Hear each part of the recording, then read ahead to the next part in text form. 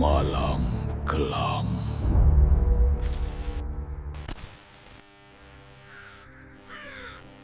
Assalamualaikum warahmatullahi wabarakatuh.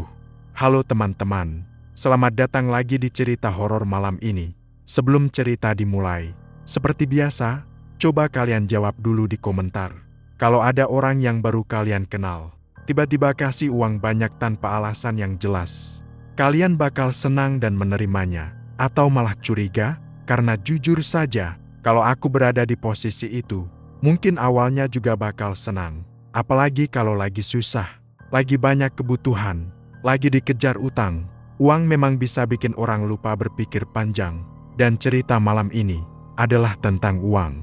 Uang yang terlihat seperti rezeki, tapi ternyata membawa kutukan. Cerita ini terjadi di sebuah desa kecil yang letaknya cukup jauh dari kota. Desanya masih sepi.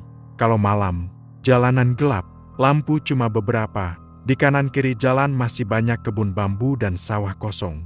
Kalau habis maghrib, warga biasanya sudah masuk rumah masing-masing.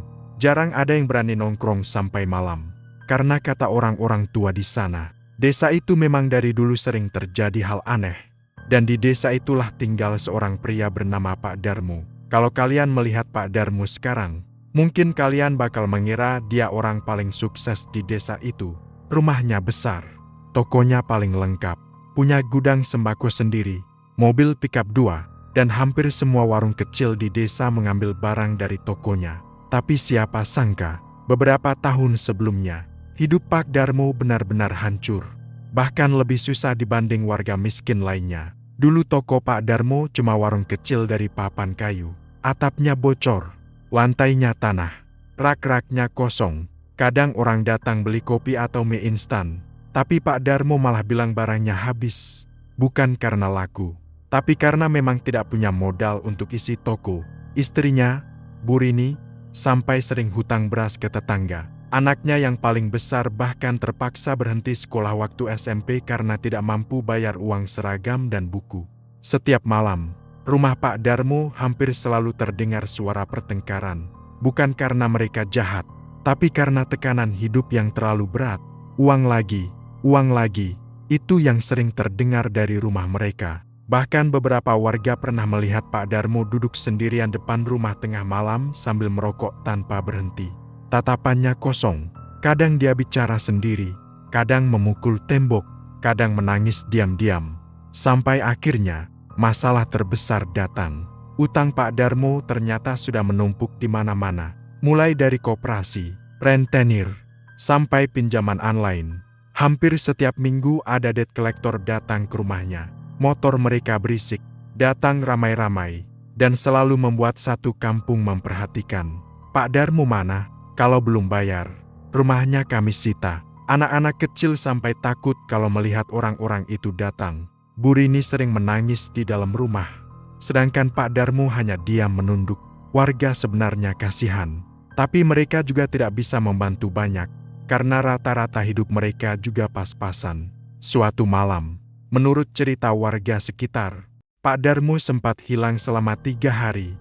Tidak ada yang tahu pergi kemana. Bu Rini panik, keluarganya mencari kemana-mana, tapi hasilnya nihil. Dan anehnya, saat Pak Darmo pulang, sikapnya berubah total. Dia jadi lebih pendiam, tatapannya kosong, dan wajahnya terlihat pucat seperti orang sakit. Tapi sejak hari itu, keajaiban mulai terjadi.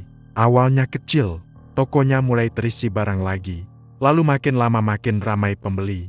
Seminggu kemudian, Pak Darmo membeli kulkas baru. Sebulan kemudian, ia mulai memasok barang dalam jumlah besar. Dan kurang dari 1 tahun, hidupnya berubah total. Tokonya direnovasi besar-besaran. Gudang sembako dibangun di belakang rumah. Mobil pickup baru datang, lalu motor baru, lalu sawah, lalu tanah, sampai akhirnya rumah Pak Darmo menjadi rumah paling mewah di desa itu. Tembok tinggi, pagar besi, keramik mengkilap, dan kamera CCTV di mana-mana. Padahal, dulu makan saja susah. Warga desa tentu heran. Bahkan ada yang mulai curiga, karena perubahan itu terlalu cepat. Dapat uang dari mana Pak Darmo? Kalau ditanya begitu, Pak Darmo cuma tersenyum kecil. Rezeki dari Tuhan. Jawabannya selalu sama. Tapi anehnya, setelah kaya raya, Pak Darmo berubah jadi sangat dermawan, terlalu dermawan. Awalnya warga menganggap itu hal baik. Pak Darmo sering membantu orang, kadang membayar tagihan warga miskin, kadang memberi sembako gratis, kadang mentraktir orang di warung. Bahkan beberapa pengangguran muda di desa sering dipanggil ke toko Pak Darmo lalu diberi uang begitu saja, buat beli makan. Katanya sambil tersenyum. Orang-orang tentu senang. Siapa yang tidak mau dikasih uang gratis? Apalagi jumlahnya tidak sedikit. Tapi lama-lama, warga mulai sadar ada sesuatu yang aneh. Karena orang yang diberi uang oleh Pak Darmo bukan cuma sekali, melainkan terus-menerus. Hari pertama diberi 100.000, hari kedua 200.000, hari ketiga 500.000, hari keempat 1 juta, dan biasanya, di hari kelima, orang itu mendadak menghilang. Awalnya warga tidak menghubungkan kejadian itu, karena yang hilang selalu punya alasan berbeda. Ada yang katanya pergi merantau, ada yang katanya kabur dari rumah, ada juga yang ditemukan meninggal, tapi dengan kondisi aneh. Dan kejadian seperti itu, ternyata sudah berulang beberapa kali, namun tidak banyak yang sadar. Sampai suatu malam, beberapa orang tua desa mulai membicarakan sesuatu. Di pos ronda kecil dekat kuburan desa, malam itu dingin sekali. Angin bertiup pelan dari arah kebun bambu. Lampu pos ronda berkedip-kedip, dan disitulah beberapa orang tua sedang minum kopi sambil berbisik pelan. Salah satunya Mbah Wiryo, orang paling tua di desa. Katanya sih, Mbah Wiryo tahu banyak soal ilmu hitam dan kejadian mistis di kampung itu. Mbah Wiryo berkata pelan, "Kalian sadar tidak, orang yang sering dikasih uang Pak Darmo, ujung-ujungnya kena musibah?" Suasana langsung diam. Salah satu warga menjawab, mungkin cuma kebetulan." Tapi Mbah Wiryo menggeleng pelan, tatapannya serius. "Itu bukan sedekah, itu tanda." Orang-orang mulai tegang. "Tanda apa, Mbah?" Mbah Wiryo menatap gelap ke arah jalan depan pos ronda, lalu berkata lirih, "Tumbal." Saat mendengar kata itu, beberapa warga langsung merinding, karena di desa itu, cerita soal pesugihan memang bukan hal baru. Konon, ada ilmu hitam tertentu yang bisa membuat seseorang kaya mendadak, tapi sebagai gantinya, ia harus memberikan nyawa manusia secara berkala, dan calon tumbal biasanya akan ditandai lebih dulu. Salah satu tandanya, diberi uang terus-menerus. Semakin dekat waktu tumbal, semakin banyak uang yang diberikan. Persis seperti yang dilakukan Pak Darmo. Sejak malam itu, bisik-bisik mulai menyebar di desa. Orang-orang mulai takut menerima bantuan dari Pak Darmo. Kalau ada yang diberi uang, mereka langsung menolak halus. Bahkan beberapa ibu-ibu melarang anaknya mendekati toko Pak Darmo saat malam. Karena katanya, gudang belakang toko itu sering terdengar suara aneh. Kadang suara orang menangis, kadang suara seperti hewan disembelih, kadang juga terdengar suara langkah kaki berat tengah malam. Padahal gudang itu terkunci rapat. Suatu malam, seorang tukang ojek bernama Meng Udin mengalami kejadian yang membuat warga makin yakin. Meng Udin dikenal sebagai orang miskin.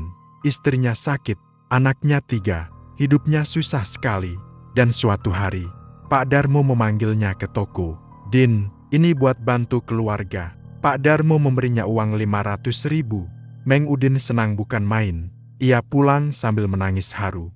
Besoknya, Pak Darmo memberi lagi 1 juta. Hari ketiga, 2 juta. Meng Udin mulai bingung. "Pak, ini terlalu banyak." Tapi Pak Darmo hanya tersenyum. "Ambil saja, rezeki." Hari keempat, Meng Udin mulai sering mimpi buruk. Ia mengaku melihat sosok hitam berdiri di depan rumahnya setiap malam. Matanya merah, tubuhnya tinggi, dan baunya seperti bangkai. Tapi karena butuh uang, Meng Udin tetap datang ke toko Pak Darmo. Sampai akhirnya, di hari kelima, Meng Udin menghilang. Motor ojeknya ditemukan di pinggir hutan dekat sungai. Mesinnya masih menyala, tapi orangnya tidak ada. Warga mencari selama 2 hari, dan ketika ditemukan, tubuh Meng Udin sudah terbujur kaku di bawah pohon besar. Wajahnya pucat, matanya melotot, mulutnya penuh tanah hitam, dan yang paling mengerikan, di lehernya ada bekas seperti lilitan kain kafan. Padahal tidak ada tali apapun di sana. Sejak kejadian itu, desa benar-benar berubah. Kalau malam tiba, jalanan jadi lebih sepi. orang-orang mulai takut keluar rumah, dan toko Pak Darmo mulai terasa menyeramkan. Padahal lampunya terang, tokonya ramai, tapi entah kenapa, kalau melewati depan toko itu malam-malam, bulu kuduk selalu berdiri sendiri. Beberapa warga mengaku pernah melihat bayangan hitam berdiri di atap gudang. Ada juga yang mendengar suara orang berbisik dari dalam toko saat sudah tutup. Dan yang paling menyeramkan, kadang terlihat seseorang berdiri di belakang Pak Darmo. Sosok tinggi hitam besar. Tapi anehnya, kalau dilihat lagi, sosok itu hilang. Namun Pak Darmo sendiri tetap bersikap biasa. Ia tetap tersenyum, tetap ramah, tetap suka memberi uang, seolah tidak terjadi apa-apa. Sampai akhirnya, seseorang yang baru menjadi target berikutnya, mulai menerima uang dari Pak Darmo. Dan orang itu adalah seorang pemuda pengangguran bernama Arga. Di desa itu tinggal seorang pemuda bernama Arga. Usianya sekitar 24 tahun. Tubuhnya kurus.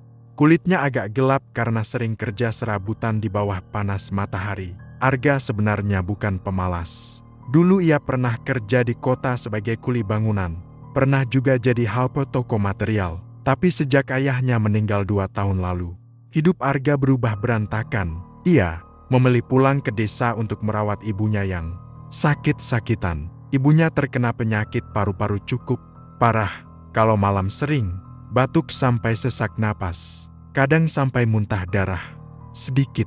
Tapi karena tidak punya biaya, pengobatan ibunya cuma seadanya. Minum obat warung. Kadang minum air rebusan daun-daunan dari tetangga. Rumah Arga juga jauh dari kata layak. Dindingnya masih anyaman bambu. Kalau hujan deras, air masuk dari mana-mana. Kasurnya tipis. Atap dapurnya bahkan hampir roboh.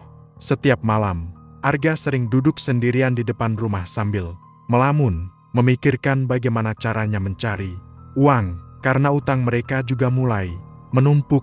Warung sebelah rumah sudah beberapa kali menagih. Pemilik kontrakan motor juga mulai marah. Belum lagi biaya obat ibunya. Kadang Arga sampai merasa putus asa. Ia pernah mencoba kerja ke kota lagi. Tapi setiap kali hendak pergi, ibunya selalu sakit, seolah tidak ingin ditinggalkan. Dan akhirnya, Arga tetap tinggal di desa, menjalani hidup yang makin hari makin berat. Sore itu, langit desa terlihat mendung. Angin dingin berhembus pelan melewati jalan kecil depan warung kopi. Warung itu sederhana, terbuat dari kayu tua, lampunya kuning redup. Di dalam hanya ada beberapa bapak-bapak sedang main kartu sambil minum kopi hitam. Arga duduk di pojok warung sambil menunduk. Di depannya hanya segelas kopi yang bahkan belum habis. Tatapannya kosong, karena sejak pagi, ibunya sesak napas lagi. Dan uang di dompetnya cuma tinggal Rp12.000. Bahkan untuk membeli obat pun tidak cukup. Saat itulah, suara mobil terdengar mendekat. GRRRAAKKK. Sebuah mobil pickup hitam berhenti tepat depan warung. Beberapa orang langsung menoleh, karena mobil itu milik Pak Darmo. Pak Darmo turun perlahan dari mobil. Malam itu ia memakai kemeja hitam rapi. Cincin batu merah besar terlihat di jarinya. Dan seperti biasa, senyumnya tipis. Tapi entah kenapa, semakin lama warga melihat Pak Darmo, semakin terasa aneh. Wajahnya memang ramah, tapi matanya dingin, seolah tidak punya perasaan. Pak Darmo masuk ke warung sambil menatap sekeliling. Lalu pandangannya berhenti tepat ke arah Arga. Suasana warung langsung agak hening. Karena jarang sekali Pak Darmo datang ke warung kecil seperti itu. Arga menoleh pelan. "Iya Pak." Pak Darmo mendekat, lalu duduk di depan Arga. "Aku dengar ibumu sakit." Arga tersenyum kecil. "Iya Pak, lagi kambuh." Pak Darmo mengangguk pelan. Kemudian, ia mengeluarkan amplop coklat tebal dari saku bajunya. "Ini buat bantu ibumu." Arga mengerutkan kening. "Pak, jangan. Sudah ambil saja." Pak Darmo menyelipkan amplop itu ke tangan Arga. Dan saat Arga membukanya, napasnya langsung tertahan. Isinya uang Rp1.000.000. Tangannya sampai gemetar. Karena bagi Arga, uang sebanyak itu sangat besar. Ia bahkan belum pernah memegang uang 1 juta sekaligus sejak ayahnya meninggal. "Pak, ini kebanyakan." Pak Darmo hanya tersenyum tipis. Senyum yang entah kenapa membuat suasana mendadak dingin. "Ambil saja, besok kalau kurang, datang lagi ke toko." Warung langsung sunyi. Beberapa Bapak-bapak saling pandang diam-diam. Ada yang terlihat tidak nyaman, tapi tidak ada yang berani bicara. Karena Pak Darmo kini orang paling kaya di desa. Arga sendiri bingung harus bagaimana. Di satu sisi, ia merasa tidak enak menerima uang sebanyak itu. Tapi di sisi lain, ibunya sedang sakit dan mereka benar-benar butuh uang. Akhirnya Arga menunduk pelan. "Terima kasih banyak, Pak." Pak Darmo menepuk pundaknya. "Jaga ibumu baik-baik." Lalu ia berdiri dan pergi meninggalkan warung. Namun saat Pak Darmo berjalan keluar, salah satu bapak tua di warung terlihat terus menatap punggungnya dengan wajah tegang. Namanya Mengkarta. Dan setelah mobil Pak Darmo pergi, Mengkarta langsung mendekati Arga. "Ga, uang itu jangan dihabiskan." Arga bingung. "Maksudnya, Meng?" Mengkarta menelan ludah pelan. "Pokoknya hati-hati. Kalau bisa, jangan ambil lagi." Belum sempat Arga bertanya, Mengkarta langsung pergi begitu saja, meninggalkan Arga yang semakin bingung. Tapi malam itu, Arga tetap memakai uang tersebut untuk membeli obat ibunya. Dan untuk pertama kalinya setelah sekian lama, ibunya bisa tidur lebih tenang. Melihat ibunya tersenyum, Arga merasa mungkin Pak Darmo memang orang baik. Mungkin warga desa terlalu berlebihan mencurigainya. Namun, keesokan harinya, hal aneh mulai terjadi. Pagi-pagi sekali, seseorang mengetuk pintu rumah Arga. Tok tok tok, Arga membuka pintu. Dan ternyata, salah satu pegawai toko Pak Darmo berdiri di depan rumah membawa kantong plastik besar. "Mas Arga, ini titipan dari Pak Darmo." Saat dibuka, isinya sembako lengkap. Beras, minyak, gula, mie instan, susu, dan sebuah amplop putih. Arga membukanya perlahan. Isinya 2 juta rupiah. Matanya langsung membesar. Ibunya yang melihat dari belakang sampai kaget. "Ya Allah, banyak sekali." Arga mulai merasa tidak nyaman. "Kenapa Pak Darmo baik sekali sama kita ya?" Ibunya tersenyum lemah. "Mungkin memang rezeki, tapi jangan lupa berterima kasih." Hari itu, untuk pertama kalinya rumah Arga penuh makanan lagi. Mereka bisa makan enak, ibunya bisa beli obat lebih bagus. Dan Arga mulai merasa hidupnya berubah. Namun malamnya, Arga mengalami mimpi aneh. Ia bermimpi sedang berjalan di jalan desa sendirian. Kabut sangat tebal, gelap, dan sunyi. Lalu dari kejauhan, ia melihat seseorang berdiri. Saat didekati, ternyata sosok itu Pak Darmo. Tapi wajahnya rusak, matanya hitam kosong, dan mulutnya dipenuhi tanah. Pak Darmo berkata pelan, "Jangan berhenti di hari kelima." Arga langsung terbangun dengan napas ngos-ngosan. Tubuhnya berkeringat dingin, dan anehnya, di kamarnya tercium bau tanah basah. Padahal tidak hujan. Arga mencoba melupakan mimpi itu. Ia menganggap hanya karena terlalu banyak pikiran. Namun keanehan belum berhenti. Hari ketiga, Pak Darmo kembali datang sendiri ke rumah Arga. Kali ini malam hari, sekitar habis Isya. Suasana desa sudah sangat sepi. Anjing-anjing bahkan terdengar menggonggong terus dari kejauhan. Pak Darmo datang sambil membawa tas hitam kecil. "Ga, ibumu bagaimana? Sudah agak baikan, Pak?" "Syukurlah." Lalu Pak Darmo menyerahkan tas itu. "Ini buat lanjut pengobatan." Saat dibuka, isinya uang 5 juta rupiah. Arga langsung pucat, tangannya gemetar. "Pak, saya nggak bisa nerima sebanyak ini." Pak Darmo tersenyum lagi. Senyum yang makin lama terasa menyeramkan. "Bisa, kamu memang pantas dapat rezeki." Saat mengatakan itu, tatapan mata Pak Darmo aneh sekali. Kosong, dingin, dan seperti menahan sesuatu. Arga merasakan bulu kuduknya berdiri, apalagi saat ia sadar. Di belakang Pak Darmo, ada bayangan hitam tinggi berdiri dekat pohon pisang. Diam, tidak bergerak. Awalnya Arga mengira itu cuma bayangan biasa, tapi sesaat kemudian, bayangan itu seperti bergerak pelan, kepalanya miring, menatap ke arah rumah Arga. Arga langsung memejamkan mata sebentar, dan ketika dibuka lagi, bayangan itu hilang. Pak Darmo lalu pamit pulang, namun sebelum pergi, ia berkata pelan, "Besok malam, datang ke toko ya, ada yang mau saya bicarakan." Entah kenapa, kalimat itu membuat dada Arga terasa sesak. Malam itu, ibunya tiba-tiba demam tinggi, dan sepanjang malam, anjing-anjing desa terus menggonggong ke arah rumah mereka, seolah melihat sesuatu. Sekitar jam 12 malam, Arga terbangun karena mendengar suara langkah kaki di luar rumah. "Kak Erei kakak, KRIKK, seperti ada orang berjalan pelan mengelilingi rumah.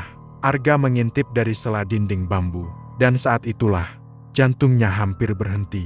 Di luar rumah, ada sosok tinggi dibungkus kain putih, kotor, berdiri membelakangi rumahnya. Diam, tidak bergerak, kain kafannya basah dan penuh lumpur. Arga langsung mundur ketakutan, tubuhnya lemas, dan ketika ia memberanikan diri mengintip lagi, sosok itu sudah tidak ada. Esok paginya, Arga mulai menceritakan semua itu kepada beberapa warga. Tapi anehnya, wajah mereka malah berubah tegang. Tidak ada yang terlihat kaget, seolah mereka sudah menduga. Sampai akhirnya, malam harinya, seseorang datang ke rumah Arga. Tok tok tok, ketukannya pelan, pelan sekali. Saat dibuka, ternyata seorang nenek tua berdiri di depan rumah.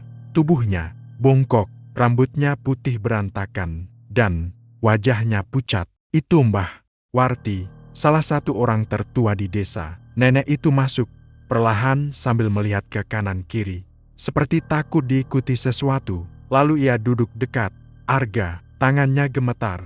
"Lei, hentikan!" Arga bingung. "Hentikan apa, Mbah?" Mbah Warti menatap mata Arga dalam-dalam. "Jangan terima uang itu lagi. Kalau sudah hari kelima, kamu akan dibawa." Suasana rumah langsung terasa dingin. Arga merinding. "Maksud Mbak apa?" Mbah Warti mulai gemetar hebat. Matanya bahkan terlihat berkaca-kaca. "Dulu, suamiku juga begitu. Awalnya diberi uang, lalu terus diberi. Dan setelah hari kelima, suaranya hilang, orangnya hilang." Arga mulai pucat. Mbah Warti melanjutkan dengan suara lirih. 2 hari kemudian, mayatnya ditemukan di hutan. Tanpa mata, tanpa lidah, tubuhnya penuh tanah kuburan. Ruangan langsung sunyi. Angin malam terdengar masuk dari sela bambu rumah. Dan Mbah Warti mendekat pelan ke wajah Arga, lalu berbisik, "Itu bukan sedekah. Itu tanda tumbal pesugihan." Saat kalimat itu selesai, tiba-tiba terdengar suara benda jatuh dari dapur. "Berakakaka." Semua langsung kaget. Arga berlari ke dapur, tapi tidak ada siapa-siapa. Hanya piring pecah di lantai, dan di dinding dapur ada jejak tangan hitam besar, seperti bekas lumpur kuburan. Malam hari keempat, sejak kedatangan Mbah Warti malam sebelumnya, hidup Arga benar-benar tidak tenang. Ucapan nenek tua itu terus terngiang di kepalanya. "Itu bukan sedekah, itu tanda tumbal." Semalaman Arga tidak bisa tidur. Setiap memejamkan mata, bayangan sosok kain putih berlumpur yang berdiri di depan rumahnya kembali muncul di pikirannya. Ditambah lagi jejak tangan hitam di dapur rumahnya belum hilang. Anehnya, bekas itu tidak bisa dibersihkan. Sudah disiram air berkali-kali, sudah digosok pakai sabun, tapi noda hitam itu tetap menempel di dinding bambu rumahnya. Bahkan semakin malam, warnanya terlihat semakin pekat. Ibunya mulai ketakutan. "Ga, ibu merasa rumah kita tidak aman." Arga mencoba menenangkan ibunya meski sebenarnya dirinya sendiri juga ketakutan. Namun yang paling membuat Arga tidak tenang adalah pesan terakhir Pak Darmu. "Besok malam datang ke toko." Kalimat itu terasa seperti ancaman, bukan ajakan biasa. Sepanjang hari keempat, Arga merasa ada yang mengikuti dirinya. Saat pergi ke warung, ia melihat bayangan hitam berdiri di ujung jalan. Ketika ditoleh lagi, hilang. Saat mengambil air di sumur, ia merasa ada yang memperhatikannya dari belakang pohon pisang. Tapi ketika dicek, tidak ada siapa-siapa. Bahkan beberapa kali, ia mendengar suara bisikan lirih dekat telinganya. "Datang malam besok, datang." Suaranya berat, serak, dan terdengar bukan seperti suara manusia. Menjelang maghrib, langit desa berubah sangat gelap. Awan hitam menggantung rendah. Angin dingin bertiup kencang melewati pepohonan. Daun-daun bambu bergesekan mengeluarkan suara menyeramkan. KRIKKK, KRIKKK. Suasana desa terasa tidak normal. Bahkan ayam-ayam warga mendadak ribut tanpa sebab. Anjing menggonggong ke arah gudang toko Pak Darmo terus-menerus. Dan malam itu, Arga membuat keputusan nekat. Ia ingin membuktikan sendiri apa yang sebenarnya dilakukan Pak Darmo. Karena kalau semua hanya rumor, ia ingin segera mengakhiri rasa takutnya. Tapi kalau ternyata benar, mungkin dirinya masih punya kesempatan untuk menyelamatkan diri sebelum hari kelima tiba. Sekitar jam 11 malam, Arga keluar rumah diam-diam. Ibunya sudah tidur setelah minum obat. Desa malam itu sangat sunyi. Tidak ada suara motor, tidak ada suara orang, hanya suara jangkrik dan angin malam. Arga membawa senter kecil dan berjalan perlahan menuju toko Pak Darmo. Semakin dekat ke sana, dadanya terasa makin sesak. Toko itu masih terlihat terang, padahal sudah lewat tengah malam. Lampu gudang belakang juga menyala redup kekuningan. Arga bersembunyi di balik semak dekat pagar belakang toko. Tangannya dingin. Keringatnya keluar terus meski udara malam sangat dingin. Dan tepat sekitar jam 12 malam, pintu toko terbuka. Arga langsung menahan napas. Pak Darmo keluar perlahan dari toko sambil membawa koper hitam besar. Langkahnya aneh, pincang, seperti orang yang sedang kesakitan. Wajahnya pucat sekali, bahkan dari jauh.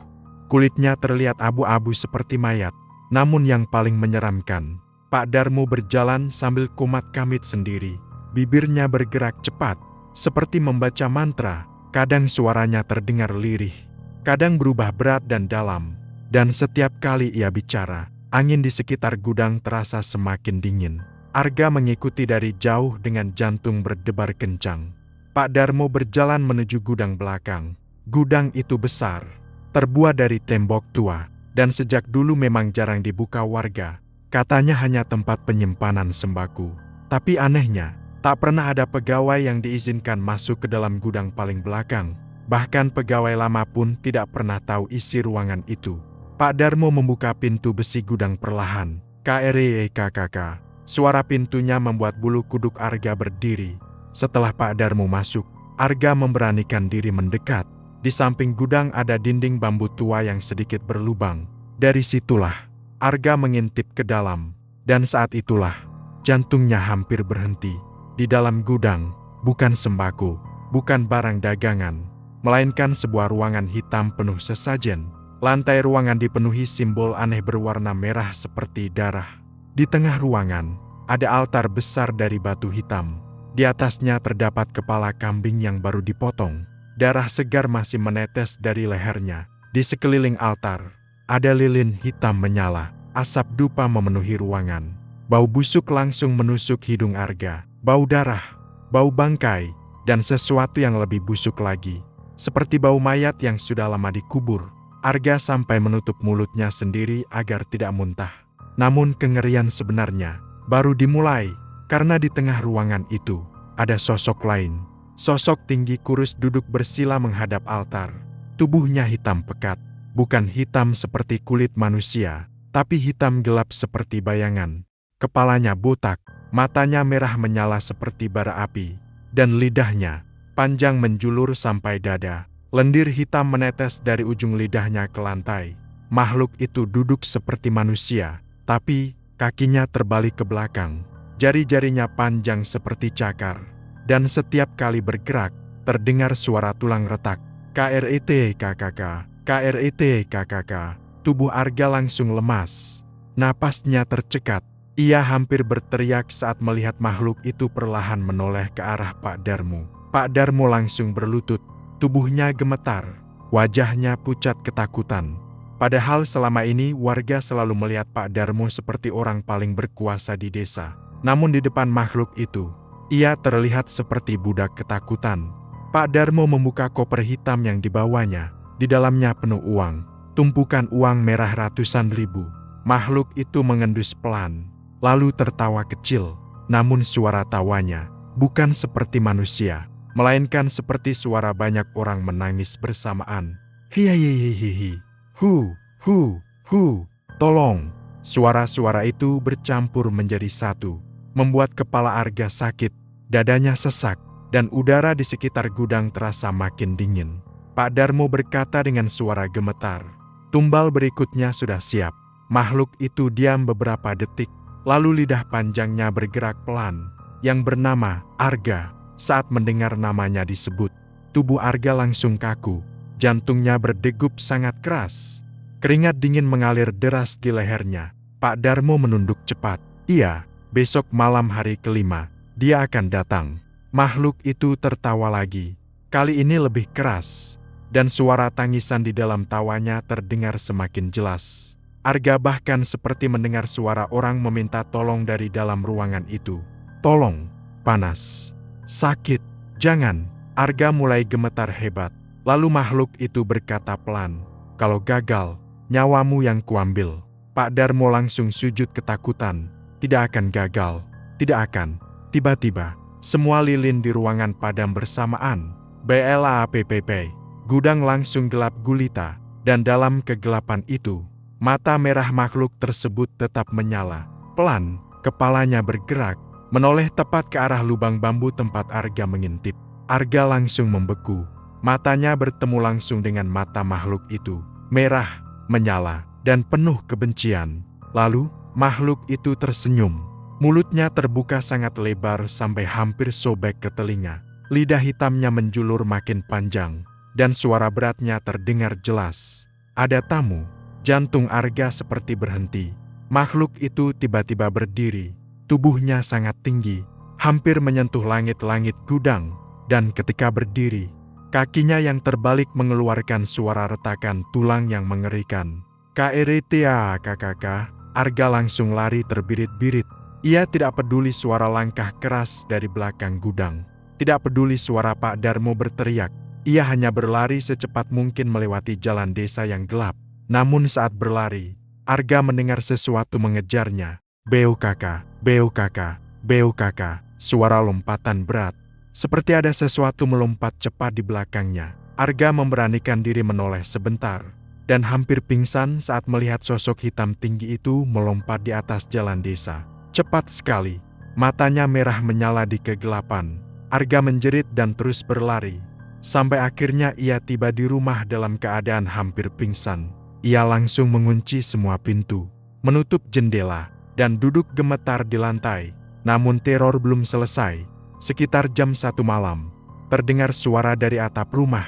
Duk, duk, duk, seperti ada sesuatu berjalan di atas genteng. Pelan, berat, ibunya sampai terbangun ketakutan. Ga, itu suara apa? Arga tidak menjawab, karena tubuhnya sudah terlalu takut untuk bergerak. Lalu, terdengar suara garukan dari dinding bambu rumah. KREKKK, KREKKK, seperti kuku panjang sedang menggaruk perlahan. Dan tiba-tiba, suara berat berbisik dari luar rumah. Besok malam, kau datang. Ibunya langsung menangis ketakutan. Sedangkan Arga hanya bisa diam dengan tubuh gemetar. Menjelang subuh, suara-suara itu akhirnya hilang. Tapi sejak malam itu, hidup Arga berubah jadi mimpi buruk. Setiap kali tidur, ia selalu bermimpi berada di kuburan gelap penuh kabut.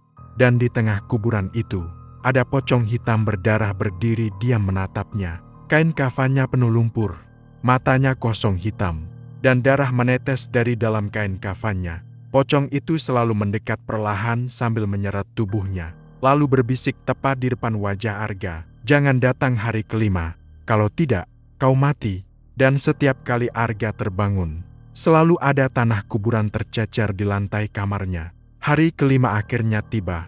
Sejak subuh, suasana desa sudah terasa aneh. Langit mendung gelap padahal masih pagi. Angin dingin berhembus pelan membawa bau tanah basah. Burung-burung yang biasanya ramai di pohon dekat sawah, pagi itu tidak terdengar sama sekali. Desa terasa sunyi, terlalu sunyi. Arga sendiri hampir tidak tidur semalaman. Matanya merah, tubuhnya lemas. Karena setiap kali memejamkan mata, ia selalu bermimpi pocong hitam berdarah itu berdiri di depan rumahnya. Dan anehnya, pagi itu ketika Arga bangun, di bawah tempat tidurnya kembali ada tanah kuburan tercecer. Lebih banyak dari sebelumnya. Ibunya sampai menangis ketakutan. "Ga, ibu takut. Kita pergi dari desa ini saja." Tapi Arga bingung harus pergi kemana. Ia tidak punya uang cukup, tidak punya keluarga lain. Dan yang paling membuatnya takut, ia merasa seperti sedang diawasi. Seolah apapun yang ia lakukan, sesuatu itu selalu tahu. Pagi itu, sekitar jam 9, suara mobil terdengar berhenti di depan rumahnya. GRRRRAKKK, Arga langsung pucat, karena ia sudah tahu siapa yang datang. Dari balik jendela bambu, ia melihat Pak Darmo turun dari mobil hitamnya. Namun penampilan Pak Darmo pagi itu sangat berbeda. Wajahnya jauh lebih pucat. Matanya cekung hitam, bibirnya kering pecah-pecah, dan jalannya makin pincang seperti orang sakit parah. Di tangannya ada tas hitam besar. Arga langsung teringat ritual mengerikan di gudang malam sebelumnya. Jantungnya berdetak sangat cepat. Tok tok tok. Pak Darmo mengetuk pintu rumah pelan. "Ga, buka." Suara Pak Darmo terdengar serak. Arga ragu beberapa detik, namun akhirnya membuka pintu perlahan. Saat pintu terbuka, bau busuk langsung masuk ke dalam rumah. Bau yang sama seperti di gudang ritual. Bau darah dan tanah kuburan. Pak Darmo tersenyum tipis, tapi senyumnya terlihat dipaksakan. "Bagaimana ibumu?" Arga tidak menjawab. Tatapannya langsung tertuju ke tas hitam di tangan Pak Darmo. Pak Darmo masuk perlahan ke dalam rumah. Ibunya Arga langsung gemetar melihatnya. Entah kenapa, aura Pak Darmo pagi itu benar-benar menyeramkan. Seolah ada sesuatu lain yang ikut masuk bersama dirinya. Pak Darmo lalu duduk di kursi kayu. Tangannya gemetar saat membuka tas hitam tersebut. Dan ketika resletingnya terbuka, Arga langsung membelalak. Isi tas itu penuh uang. Tumpukan uang merah ratusan ribu. Banyak sekali, mungkin puluhan juta.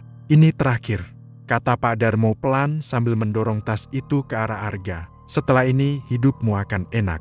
Suasana rumah langsung terasa dingin. Ucapan itu terdengar seperti ancaman, bukan bantuan.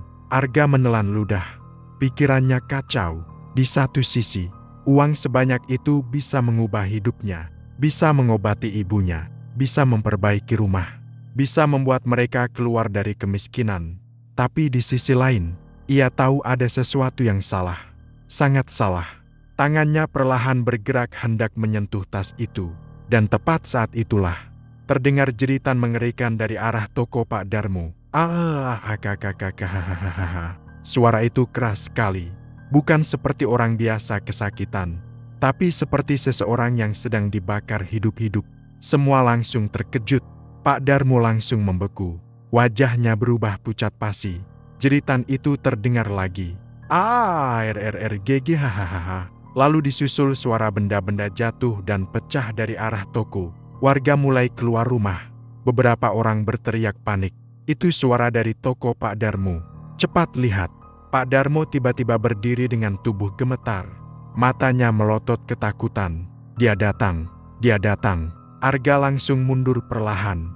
Dan tanpa pikir panjang, Pak Darmo berlari pincang keluar rumah menuju tokonya. Arga dan beberapa warga langsung mengikuti dari belakang. Suasana desa mendadak ramai. Orang-orang keluar rumah dengan wajah panik.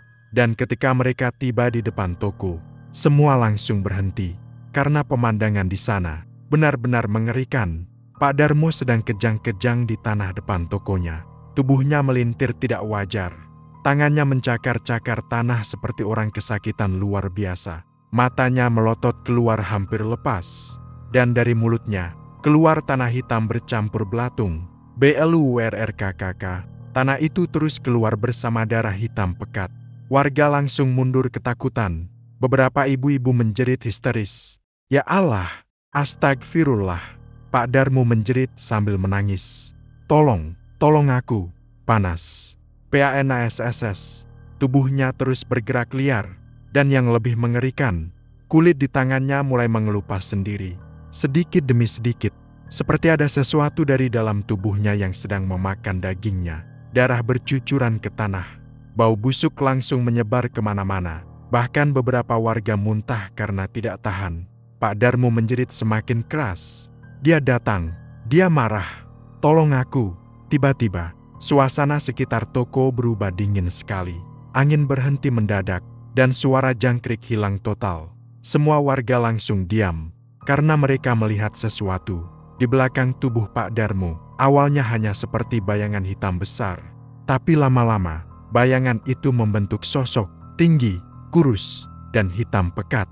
Sama seperti makhluk yang dilihat Arga di gudang. Matanya merah menyala, lidah panjangnya menjulur sampai dada, dan tubuhnya jauh lebih besar dibanding malam sebelumnya. Warga langsung panik, ada yang menjerit, ada yang jatuh pingsan. Ada yang langsung lari terbirit-birit meninggalkan lokasi. Beberapa bapak-bapak bahkan tidak bisa bergerak karena terlalu takut. Makhluk itu berdiri diam di belakang Pak Darmo, lalu perlahan menunduk mendekati tubuhnya. Pak Darmo menangis histeris.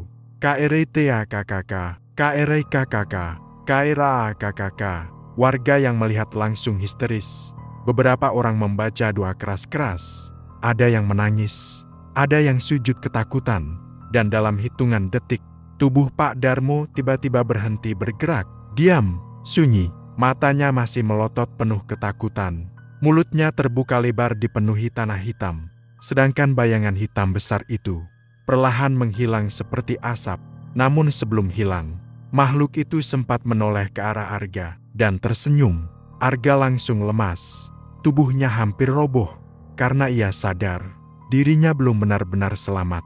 Setelah kejadian itu, suasana desa benar-benar kacau. Tidak ada yang berani mendekati mayat Pak Darmo. Tubuhnya terlihat mengerikan. Kulit wajahnya mulai membusuk cepat. Padahal baru beberapa menit mati. Dan bau busuknya semakin menjadi-jadi. Akhirnya beberapa warga memberanikan diri menutupi tubuhnya dengan kain. Namun saat kain itu menyentuh tubuh Pak Darmo, terdengar suara mendesis seperti daging dibakar.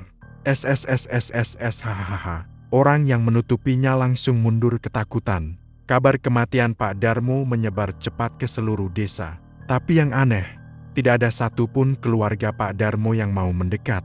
Istrinya menangis histeris lalu kabur ke rumah saudaranya di kota. Anak-anaknya juga pergi sore itu juga. Rumah mewah Pak Darmo langsung kosong. Seolah semua orang ingin menjauh dari kutukan itu. Menjelang sore, warga mulai membicarakan soal pemakaman. Tapi tidak ada yang berani memandikan jenazahnya. Karena tubuh Pak Darmo terus mengeluarkan tanah hitam dan belatung. Bahkan beberapa kali, jenazahnya terlihat bergerak sendiri. Kain penutupnya bergoyang pelan. Seolah ada sesuatu di dalam tubuhnya yang masih hidup. Salah satu ustaz desa akhirnya dipanggil. Namun bahkan ustaz itu terlihat pucat saat melihat kondisi jenazah.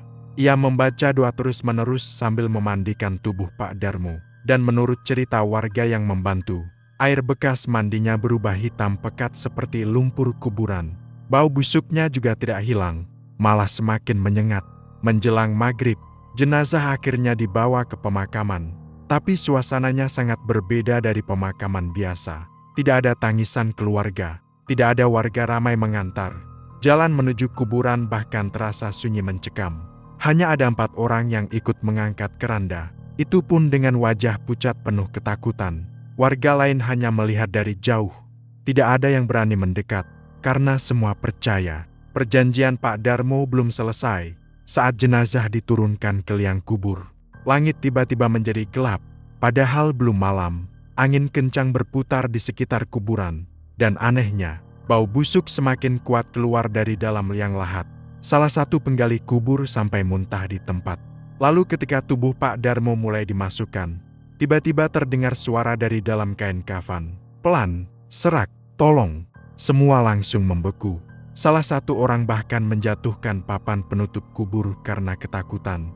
Suara itu terdengar lagi. Tolong aku panas. Beberapa orang langsung lari meninggalkan kuburan. Sedangkan ustaz desa membaca doa keras-keras dengan wajah pucat.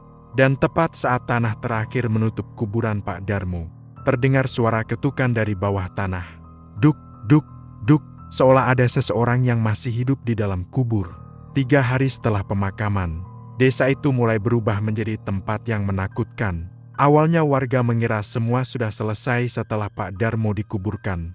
Mereka pikir, kematian mengerikan itu adalah akhir dari semuanya. Tapi ternyata, itu baru permulaan. Malam pertama setelah pemakaman masih terasa biasa. Warga memang ketakutan, tapi belum terjadi apa-apa. Namun memasuki malam ketiga, teror itu dimulai.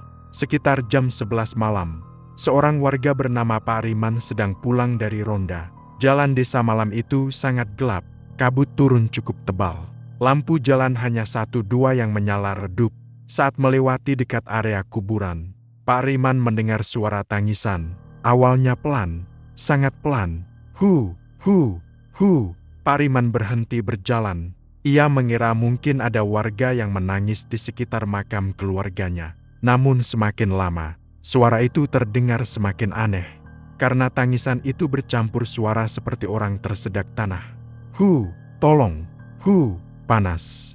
Bulu kuduk Pak Riman langsung berdiri.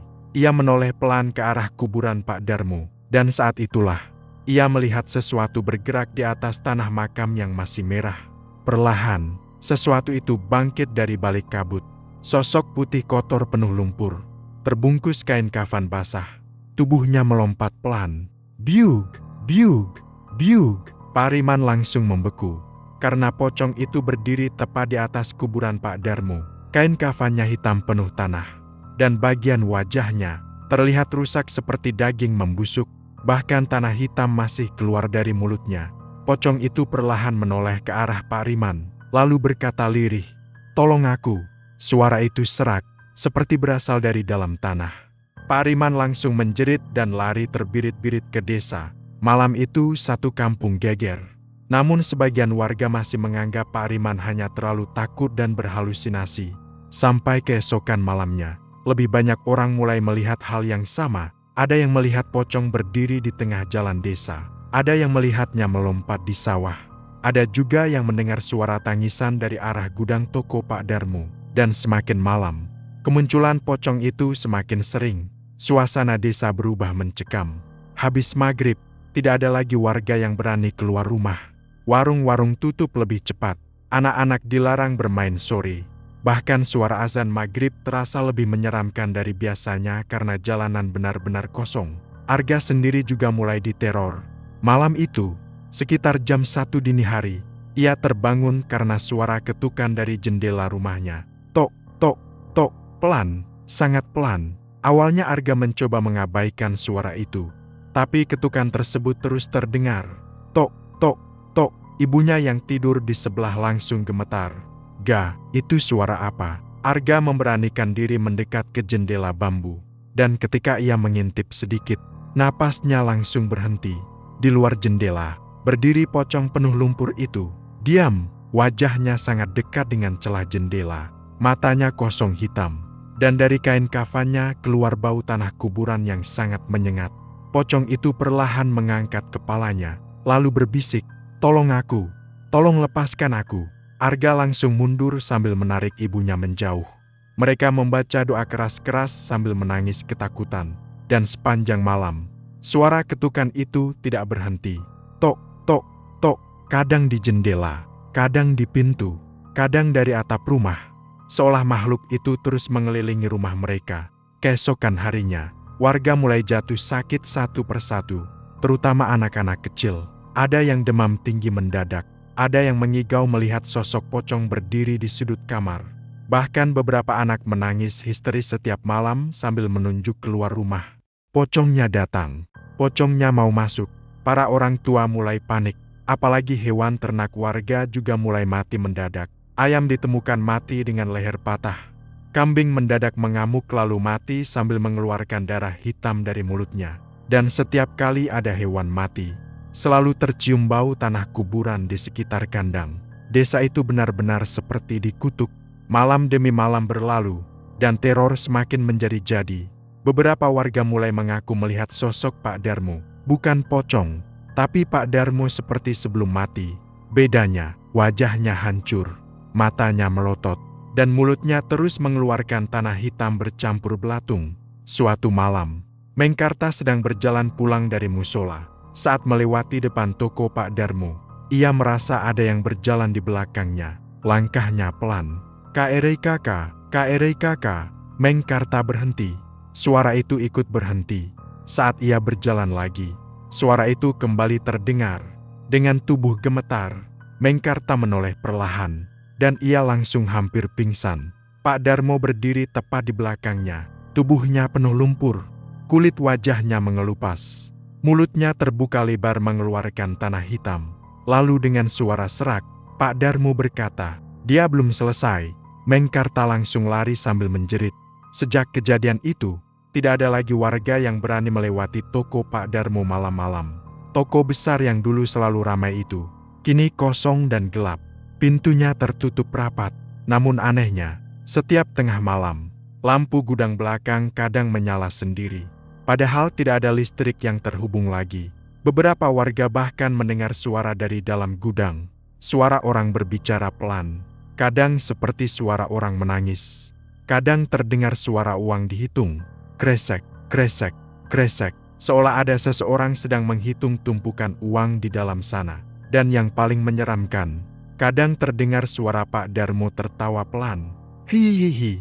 Malam demi malam, teror itu berlangsung sampai hampir 40 hari. Warga mulai tidak tahan. Banyak yang memilih tidur beramai-ramai di musola. Ada yang mengungsi sementara ke desa sebelah. Bahkan beberapa rumah dipasangi tulisan ayat suci dan garam di depan pintunya karena ketakutan. Namun semua itu seperti tidak mempan, karena pocong itu tetap datang. Kadang berdiri di atas pohon, kadang terlihat di sawah saat subuh, kadang muncul di belakang warga tanpa suara. Dan setiap kali muncul, ia selalu menangis. "Tolong aku panas. Tolong lepaskan aku." Suara tangisannya membuat siapapun yang mendengar merinding. Sampai akhirnya, kepala desa memutuskan memanggil seorang ustaz dari luar kampung. Namanya Ustaz Rahman.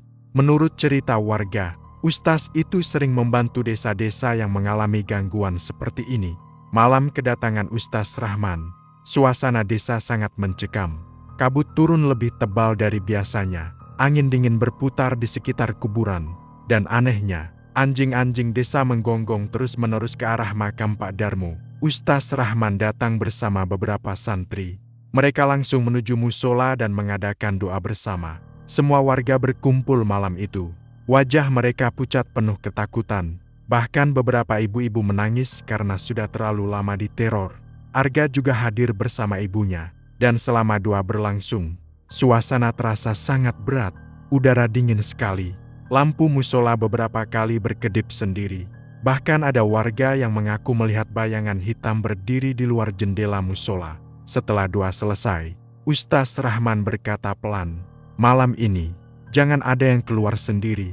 Kalau mendengar suara apapun, jangan jawab." Semua warga mengangguk takut. Lalu sekitar tengah malam, mereka bersama-sama menuju kuburan Pak Darmo, membawa lampu dan membaca doa sepanjang jalan. Kabut malam itu sangat tebal, sampai jarak beberapa meter saja hampir tidak terlihat. Dan saat rombongan tiba dekat kuburan, semua langsung berhenti, karena di bawah pohon besar dekat makam, ada sosok berdiri. Pocong itu diam, tidak bergerak, tubuhnya penuh lumpur hitam, kain kafannya compang-camping, dan wajahnya lebih mengerikan dari sebelumnya. Kulitnya hancur, mulutnya terus mengeluarkan tanah hitam. Pocong itu tidak melompat, tidak bergerak, hanya berdiri sambil menatap semua warga. Suasana sangat sunyi, hanya suara doa Ustaz Rahman yang terdengar pelan. Lalu, pocong itu mulai menangis. Tolong aku panas. Tolong lepaskan aku." Beberapa warga langsung ikut menangis ketakutan. Sedangkan Ustaz Rahman terus membaca doa lebih keras. Angin tiba-tiba berputar sangat kencang. Pepohonan bergoyang keras. Kabut bergerak seperti pusaran. Dan tiba-tiba, terdengar suara jeritan mengerikan dari dalam tubuh pocong itu. Suara itu bukan satu, tapi seperti banyak orang berteriak bersamaan. Tubuh pocong itu mulai bergerak aneh. Lalu perlahan, roboh sendiri ke tanah.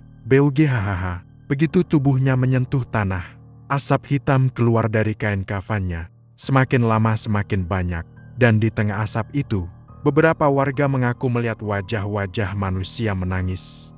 Lalu perlahan, pocong itu menghilang. Lenyap begitu saja menjadi asap hitam.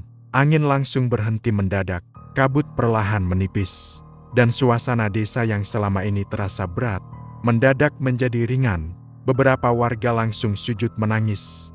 Karena untuk pertama kalinya setelah berminggu-minggu, mereka merasa tenang. Sejak malam itu, teror benar-benar berhenti. Tidak ada lagi suara tangisan dari kuburan. Tidak ada lagi pocong melompat di jalan desa. Anak-anak mulai sembuh. Hewan ternak tidak mati mendadak lagi. Dan warga akhirnya bisa tidur dengan tenang. Namun, meski semuanya sudah berakhir, tidak ada seorang pun yang berani mendekati gudang toko Pak Darmo. Gudang itu akhirnya dibiarkan kosong dan terbengkalai. Rumput liar tumbuh tinggi di sekitarnya. Pintunya berkarat, dan kaca jendelanya pecah satu persatu. Tapi sampai sekarang, menurut cerita warga, kadang tengah malam, masih terdengar suara dari dalam gudang itu. Suara uang dihitung perlahan. Kresek, kresek. Kadang juga terdengar suara Pak Darmo tertawa kecil di dalam gelap. Dan beberapa orang yang nekat mendekat mengatakan, mereka masih mencium bau tanah kuburan dari balik pintu gudang tersebut. Teman-teman, itulah cerita horor malam ini. Kalau kalian suka cerita seperti ini, jangan lupa subscribe, like, dan tulis komentar kalian.